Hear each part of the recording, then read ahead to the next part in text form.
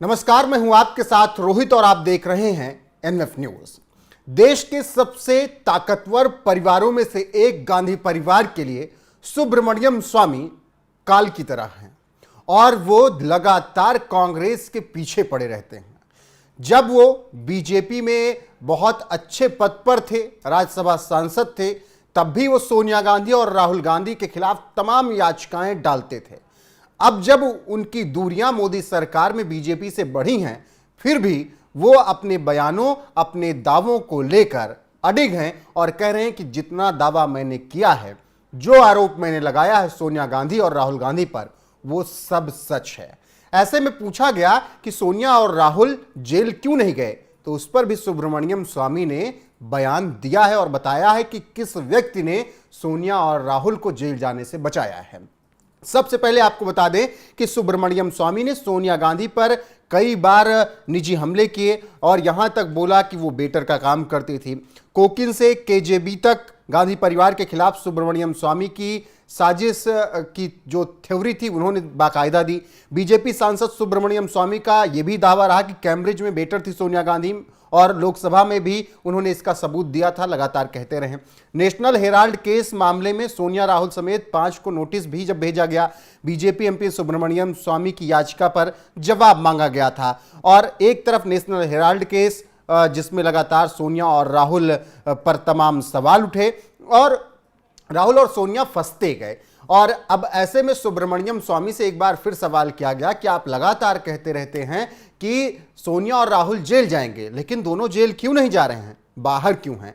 तो इसका भी जवाब सुब्रमण्यम स्वामी ने दिया है और उन्होंने बताया है कि राहुल और सोनिया जेल जा चुके होते, लेकिन मोदी ने खुद फोन करके कहा कि इन लोगों को जेल मत भिजवाइए, क्योंकि अगर इन्हें आपने जेल भिजवा दिया तो फिर ये पूरा जो गैंग है ये तिहाड़ में ही बैठा रहेगा और बवाल करेगा।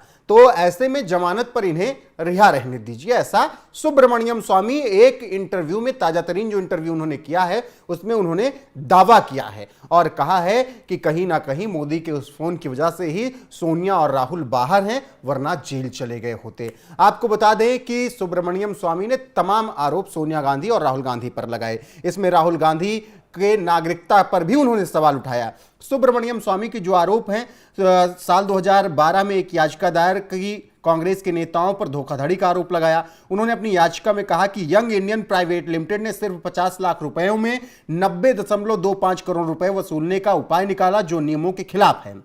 याचिका में आरोप लगाया गया था कि 50 लाख रुपए में नई कंपनी बनाकर एजेएल की 2000 करोड़ रुपए की संपत्ति को अपना बनाने की चाल कांग्रेस ने चली।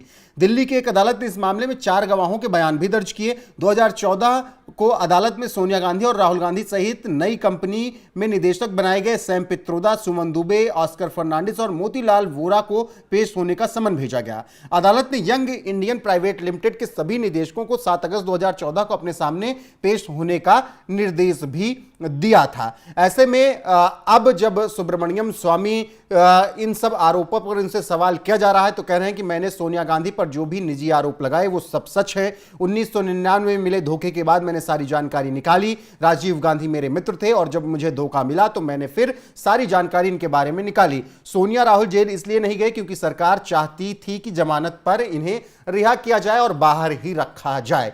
यह बयान सुब्रमण्यम स्वामी का है, ताजा तरीन बयान है, जिसमें उन्होंने बड़ा दावा कर दिया है कि राहुल और सोनिया जेल से बाहर क्यों हैं। साथ ही उन्होंने बताया है कि जो मैंने दावा किया, जो मैंने आरोप लगाया, वो सब सच है। कोई भी दावा, कोई भी आरोप गलत नहीं है।